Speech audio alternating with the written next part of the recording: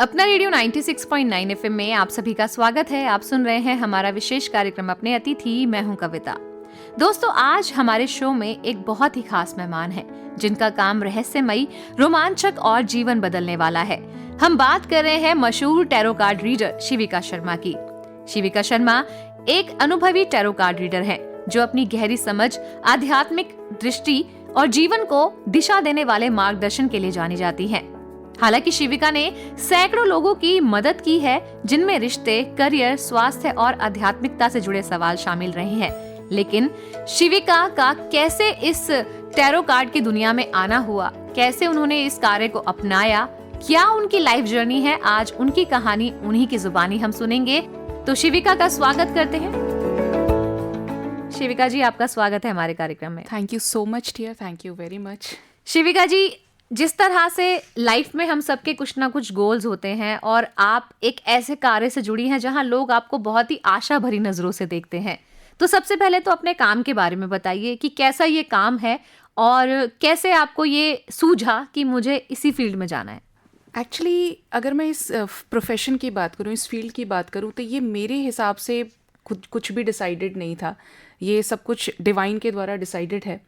7 years of education, मैं भी corporate में काम करती थी, इंटीरियर में थी, लेकिन अचानक से मुझे एक ड्रीम आया 2021 में।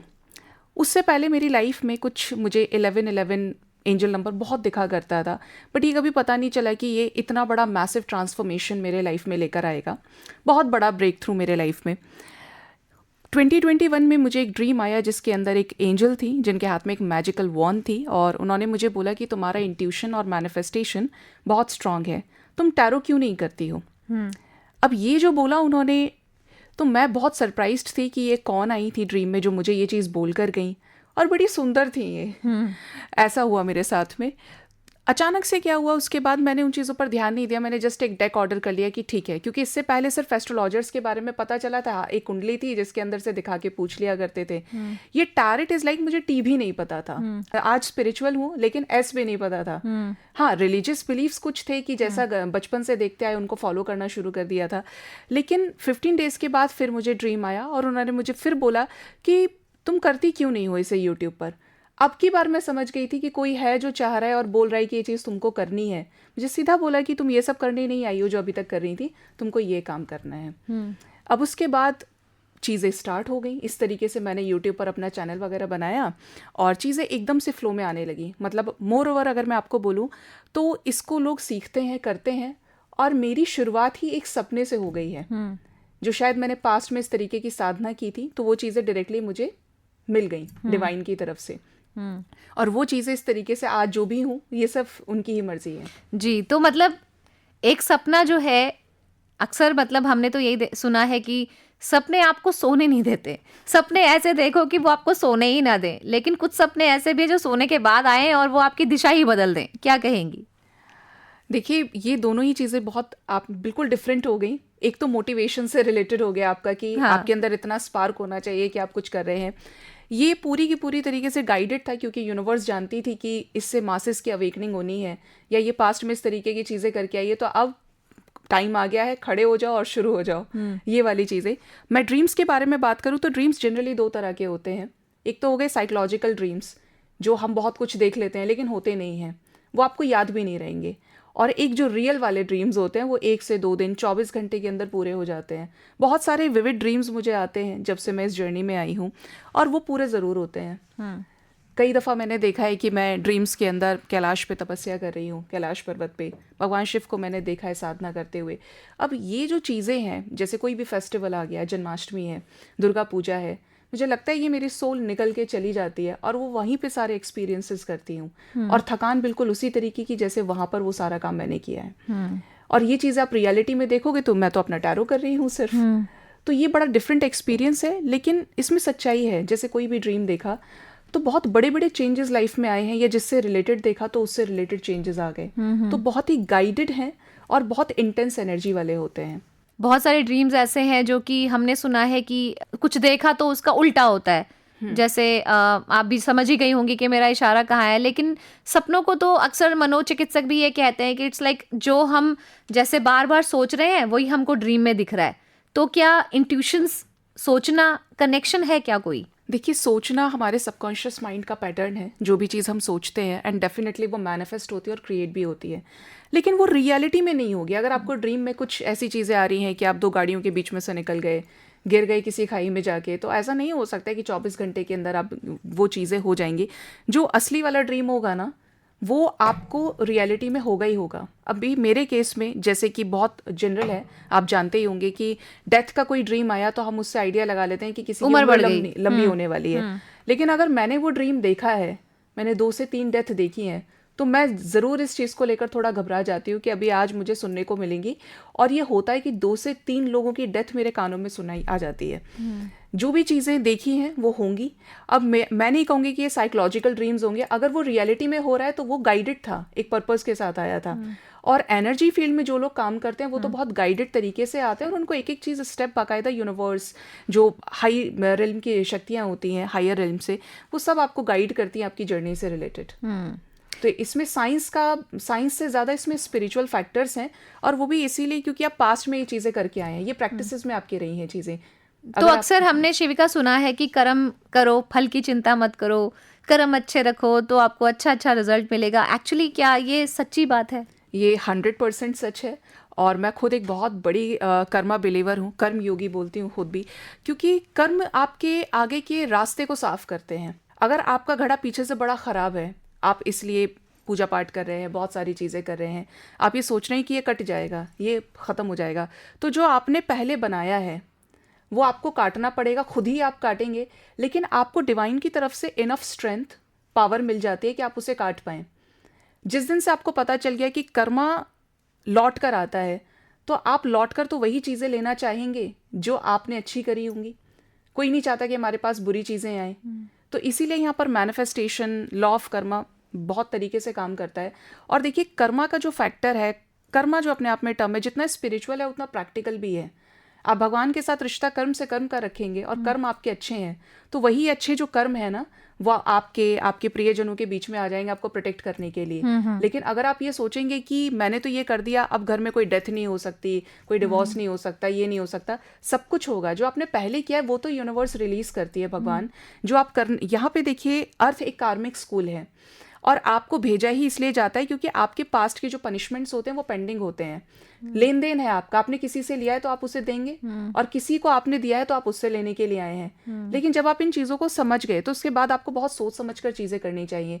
जैसे कि आप सबकॉन्शियस माइंड में किसी के लिए भी नेगेटिव नहीं सोचें, जो भी सोचे पॉजिटिव करें, जो देखे वो पॉजिटिव, जो छुए वो भी पॉजिटिव। तब जाकर आप एनर्जी का सोर्स ऑफ मैग्नेट बनते हैं और आप पॉजिटिव एनर्जीज को अट्रैक्ट कर पाते हैं। ये जो एनर्जी की बात आपने कही है, नेचुरली हमने ये भी लोगों को कहते हुए सुना है कि अरे हम किसी जगह गए और हमें बहुत नेगेटिव वाइब्स वहाँ पे आने लगी, हमारा मन वहाँ नहीं लगा। क्या हम पॉजिटिव पर्सन थे इसलिए हमें नेगेटिविटी वहाँ पे फील हुई, या अगर मैं नेगेटिव हूँ और वहाँ नेगेटिव एनर्जी है और मुझे बड़ा मज़ा आ रहा है, तो क्या ये भी आपकी सोच पे डिपेंड करता है? Energy positive negative? एनर्जी सोच के ऊपर डिपेंड नहीं करती, एनर्जी तो हमारे अंदर है। हम खुद एक ऐसी एनर्जी को अपने अंदर लेकर बैठे हैं जो हमारी आत्मा के रूप में है, वही सारी चीज़ें करवाती है। जब मैं पॉजिटिव और नेगेटिव एनर्जीज की बात करें तो अगर किसी का कोई इंटेंशन भी नेगेटिव है वो तुरंत सरफेस पे आ जाएगा। आप किसी जगह गए, आपको वाइब्स अच्छी नहीं आई, इट मीन्स आपके अंदर कुछ पॉजिटिव इंटेंशन से, पॉजिटिव थॉट से, तो आपने उससे देख लिया कि भाई आपके साथ बुरा हो रहा है या इस इंसान की वजह से मेरी एनर्जी ड्रेन होने लगी, तो वो लोग बहुत नेगेटिव होंगे, उनके कर्म बहुत ख़राब हो सकते हैं। जो कुछ भी करेंगे तो नेगेटिव करेंगे, सोचेंगे तो नेगेटिव सोचेंगे। अगर आप पॉजिटिव हैं तो आप वहाँ पर नहीं रुक सकते फिर, क्योंकि वो चीज़ें क्या है ना, आपको अंदर से खाने लग जाएंगी, आप उन चीज़ों को अवॉइड करने लगेंगे। अगर मैं वहीं पर 2 लोग जो बहुत ही नेगेटिव हैं, ठीक है, उनकी बात करूं, तो जो बहुत नेगेटिव लोग होंगे ना, उनकी आपस में बन जाएगी, क्योंकि वो नेगेटिव मिलके और नेगेटिव करेंगे। 2 लोग आपस में एक दूसरे की बुराई कर रहे हैं, पूरे किसी ना किसी की बुराई कर रहे हैं बैठ के, तो वो उसमें नेगेटिव वाइब्रेशंस आएंगे, आप गलत कर्म बनाना शुरू कर देंगे। फिर हम ये जो बोलते हैं ना कि मेरे साथ ही ऐसा क्यों होता है, तो वो इसीलिए होता है क्योंकि आप नेगेटिव कर रहे हैं, आप नेगेटिव सोच रहे हैं, आप नेगेटिव बोल रहे हैं, आपका जो ऑरा है वो पूरा का पूरा नेगेटिव हो चुका है। तो ये नेगेटिव और पॉजिटिव एनर्जी जो है ये भी हमारे आसपास, हमारे अंदर ही होती है। और इसको भी हम ऐसे बोल सकते हैं कि अगर हम अच्छे हैं, हम पॉजिटिव माइंड में रहते हैं और किसी के बारे में कुछ गलत नहीं सोचते, तो वो उसको ही हम पॉजिटिव एनर्जी की तरह लें कि हमने कभी किसी का बुरा नहीं सोचा और हम अपने सिर्फ काम, मतलब कर्म कर रहे हैं। अगर आप एक बहुत प्योर सोल है ना, तो आपको बहुत फर्क नहीं पड़ेगा कि कितने लोगों ने आपको डिच कर दिया, अच्छा। कितने लोगों ने बदला लेने की कोशिश की, या मेरे साथ ये नहीं हुआ वो नहीं हुआ। मतलब आप जज नहीं कर रहे हो, आपका रास्ता बिल्कुल साफ है कि आपको अच्छा करना है। बदले में जो हो रहा है ठीक है, आपने उसको फॉरगिव कर दिया क्योंकि आपको आगे की चीज़ें सही चाहिए। अगर आप फंसे संसार में 3D में, तो आपके अंदर तमाम एक्सक्यूजेज आ जाएंगे, कंप्लेंट्स आ जाएंगे, जो नॉर्मली हर किसी के अंदर है। किसी न किसी बात को लेकर कोई भी यहाँ पे सुखी नहीं है। तो अगर आपने उस लेवल पर चीज़ों पे काम किया है तो आप चीज़ों को लेट गो कर पाते हैं, फॉरगिव एंड रिलीज कर पाते हैं। वरना ये जो कार्मिक पैटर्न्स हैं एक लूप के रूप में वापस आते रहते हैं। आप समझते हैं ना, लूप जो है वो हमेशा उसी जगह में वापस रहेगा, आप उसी में घूमते रहेंगे। तो वो चीज़ें आपको आज़ाद नहीं होने देती हैं। सेटिस्फेक्शन नाम की चीज़ हमारे अंदर होनी चाहिए। आपका इशारा कहीं ऐसा तो नहीं है कि इंसान को सेटिस्फाई होना चाहिए और एक्सपेक्टेशंस नहीं रखनी चाहिए किसी चीज़ से? ऑलमोस्ट कि आप सेटिस्फाइड जब होते हैं तो आपकी सोल सेटिस्फाइड हो जाती है। आपके पास कम है ज़्यादा है, लेकिन आप सेटिस्फाइड हैं उस जगह पे। और ये आपकी लाइफ का सबसे बड़ा अचीवमेंट है कि आपके अंदर एक संतोष की भावना जन्म ले गई है कि अब आप खुश हैं जिस भी स्टेट में हैं। आपको कोई मतलब नहीं है कि 4 लोग आपको अटेंशन दे रहे हैं, आपको कोई मतलब नहीं है कि 4 लोग आपको क्या बोल रहे हैं। आपने एक्चुअली अपने आसपास एक ऐसी एनर्जी क्रिएट कर ली है जो अपने आप में बहुत पावरफुल है, और वो है सेल्फ लव की एनर्जी। अब ये अंदर आपके आया तो इट मीन्स आप डिवाइन के रास्ते पर चलने लगे, जहाँ पर आपको समझ में आया कि यार दुनिया की भीड़ से अलग जो सबसे इंपॉर्टेंट है वो है मेरी अपनी शांति। मैं शांत हूँ या नहीं हूँ, या मैं अभी भी किसी न किसी के पीछे चेस कर रहा हूँ किसी को, या मुझे किसी से कुछ चाहिए। और ये तब आप छोड़ पाते हैं, तब आप सेल्फ लव में आते हैं, जब आपके पास आपके साथ ना बहुत कुछ ऐसा हो चुका है कि अब मुझे ये सब नहीं चाहिए, जो है जैसा है ठीक है। पैटर्न जो है हमारा रहना चाहिए कि जिसको नहीं रखना उसको निकालें और सोच के ना बैठे हम किसी भी चीज़ को। हाँ, आपके टर्म्स में साइकोलॉजिस्ट अगर ये चीज़ बोलते हैं तो ठीक है, बट मैं आपको ये बोलूँगी कि आपके अपने सबकॉन्शियस माइंड में क्राउन चक्र है। आप क्राउन पे बैठकर यूनिवर्स की तमाम एनर्जीज को अट्रैक्ट कर रहे हैं। एक रिलेशन आपका यूनिवर्स से है बाहर, तो आपको क्रिएट करने से पहले वो चीज़ आपके सीपीयू में जनरेट हो रही है, जो आपका अपना सबकॉन्शियस माइंड है। अब आपकी, जब मैं मेंटल स्टेट की बात करूं, अगर पॉजिटिव है तो पॉजिटिव ही सोचेंगे, पॉजिटिव ही देखेंगे। हर नेगेटिव से नेगेटिव सिचुएशन में you will act positive.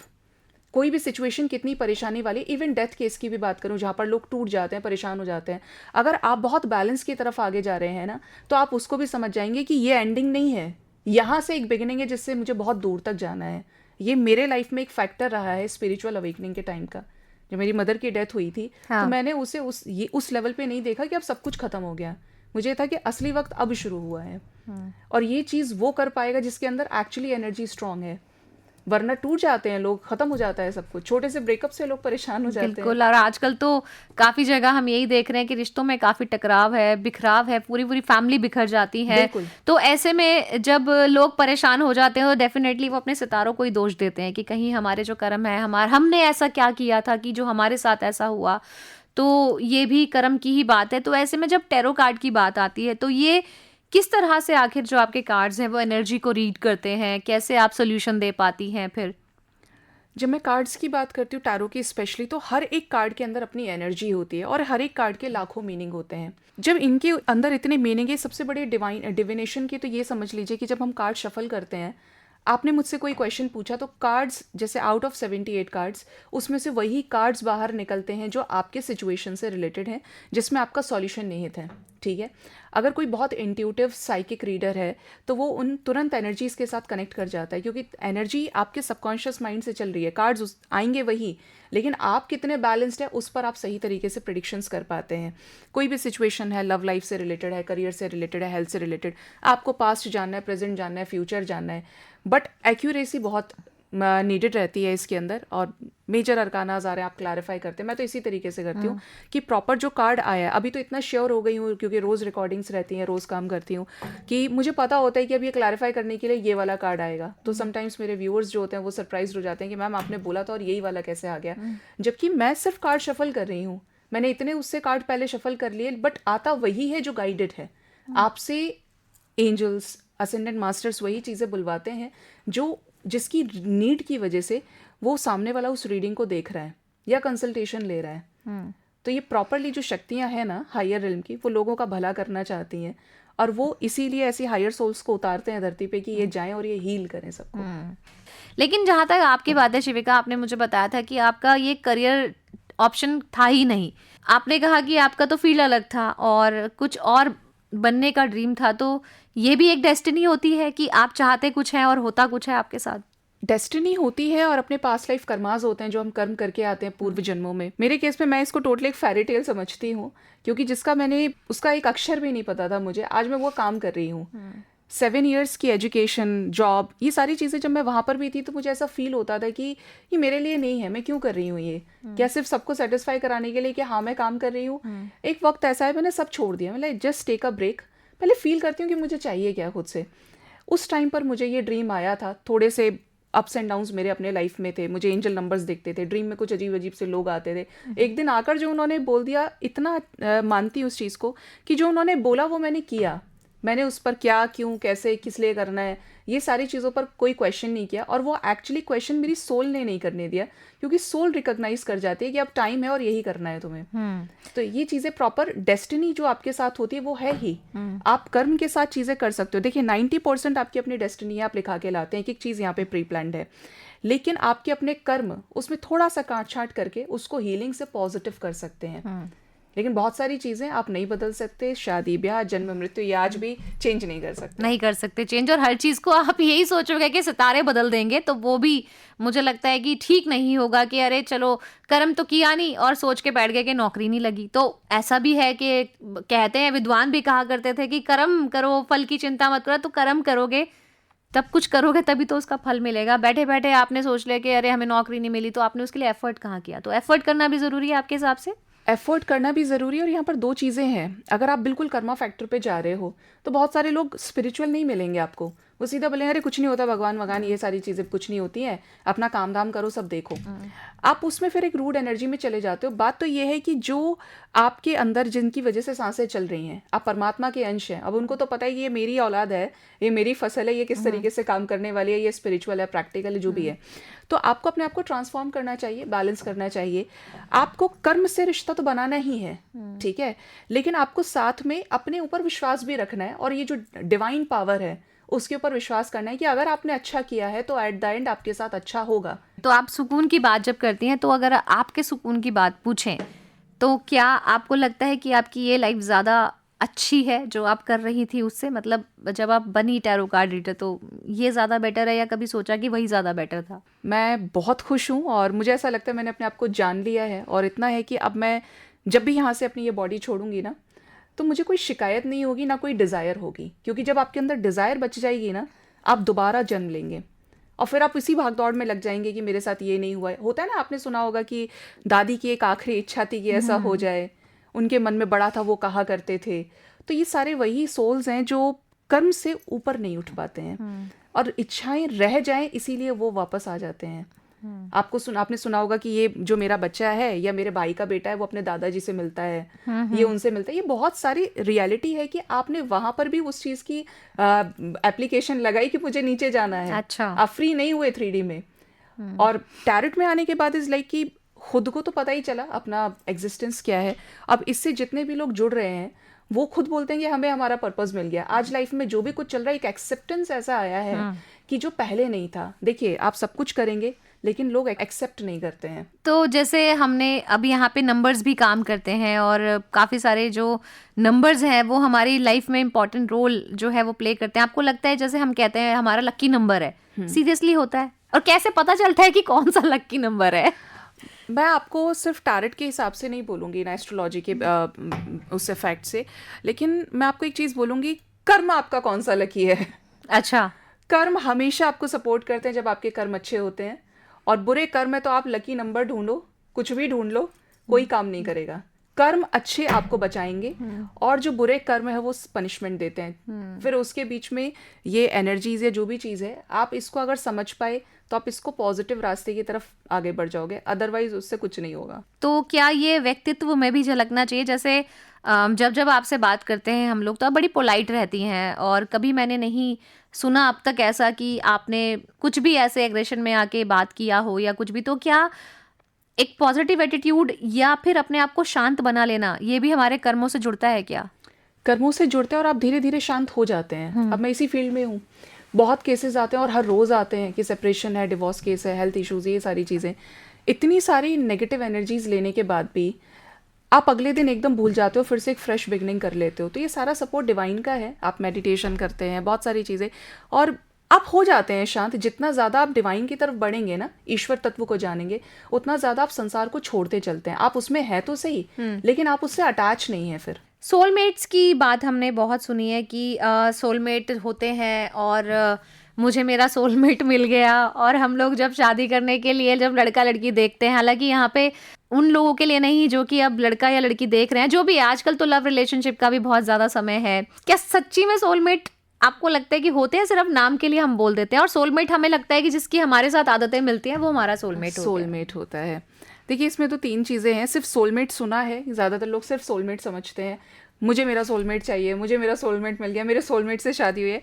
But आप जब इसे स्पिरिचुअलिटी में आएंगे तो यहाँ पर 3 कैटेगरीज होती हैं। जैसे हमारा फर्स्ट वाला जो रहता है वो ट्विन फ्लेम्स वाला रहता है, सेकंड वाला सोलमेट, और थर्ड वाला कार्मिक रिलेशनशिप्स हो जाते हैं। सोलमेट तो वही है जो बिना किसी कंडीशन के आप जिसको आधी रात कॉल करें 3 से 4 बजे और वो आपकी मदद के लिए हाजिर हो जाए। वो व्यक्ति जो आपको उस लेवल पर समझ रहा है, या वो स्पीशी बोलूंगी, वो जीव जो बिना कंडीशन के आपको चाहता है या चाहती है, उसका बॉन्ड, उसका प्यार आपके प्रति खत्म नहीं हुआ। पर पर्सन इस लाइफ टाइम में 7 to 8 सोलमेट्स आपको दिए जाते हैं, और ये तब आपकी लाइफ में आते हैं जब आपको इनकी सबसे ज़्यादा ज़रूरत है। ये आपके अपने पेरेंट्स हो सकते हैं, ये आपका अपना डॉग हो सकता है। अब आप इनके सामने कंडीशन नहीं लगा सकते, ये तो आपको मिलेंगे ही मिलेंगे, ये आपकी केयर करेंगे ही करेंगे। तो ये भी सोलमेट हो सकते हैं। जब हम जीवन साथी की बात करते हैं सोलमेट की, तो सोलमेट के साथ जनरली एक बॉन्डिंग रहती है जो लाइफ टाइम फॉरएवर बॉन्डिंग में इज्जत रहेगी, प्यार रहेगा, लेकिन डिपेंड है कि आपके कर्मास कैसे हैं। Soulmate is like supplement.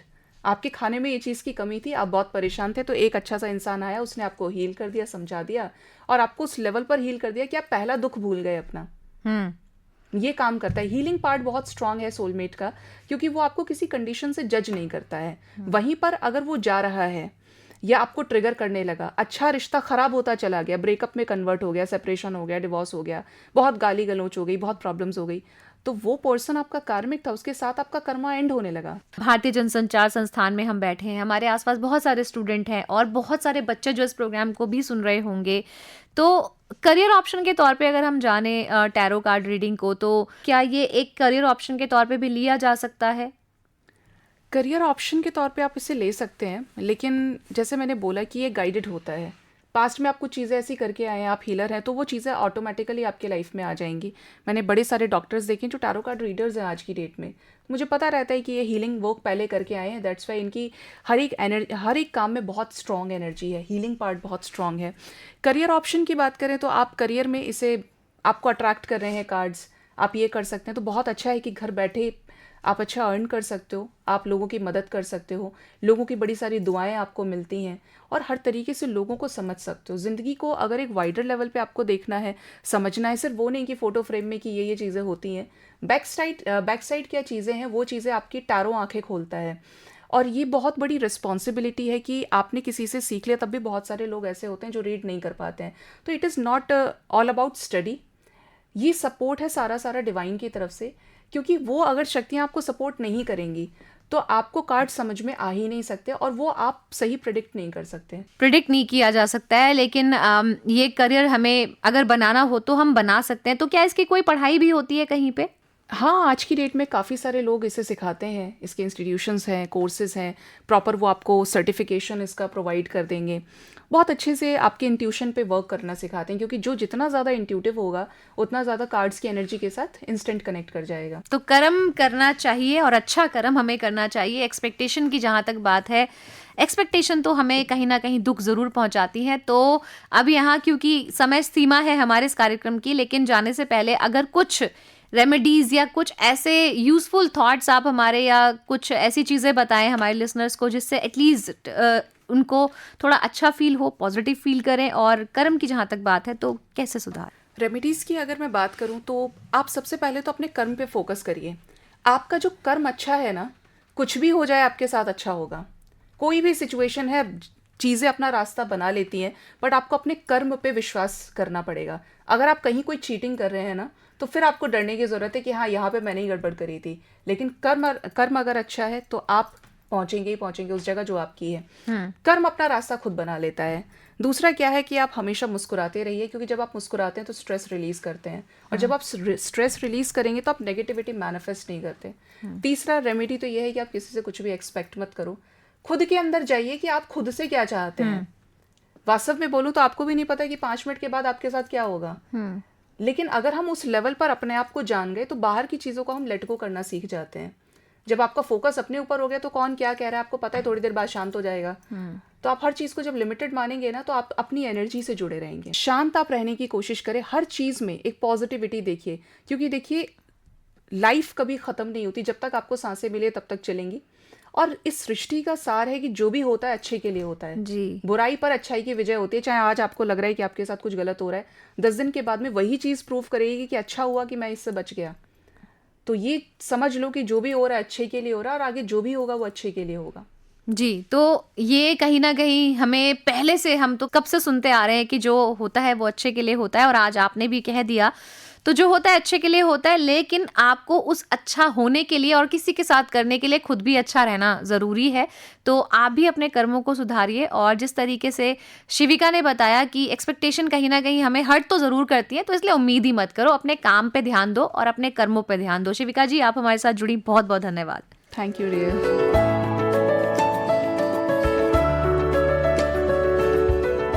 तो दोस्तों, आज के इस कार्यक्रम अपने अतिथि में आज हमने आपको मिलवाया एक बेहद खास मेहमान से, जिनका नाम था शिविका शर्मा। ये एक टैरो कार्ड रीडर हैं, आप इनसे जुड़ सकते हैं। इनकी प्रोफाइल आपको सोशल मीडिया पे जरूर मिल जाएगी जब भी आप इनके नाम से जाके सर्च करेंगे। फिलहाल आगे भी अपने इस कार्यक्रम में और मेहमानों के साथ हम आपकी मुलाकात करवाते रहेंगे। सुनते रहिए अपना रेडियो 96.9 FM। कविता शर्मा को दीजिए अनुमति। नमस्कार।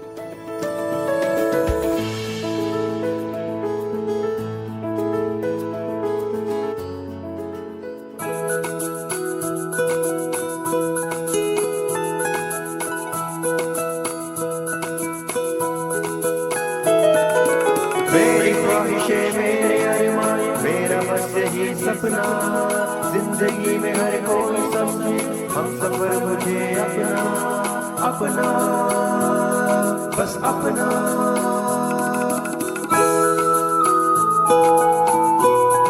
अपना रेडियो 96.9 FM।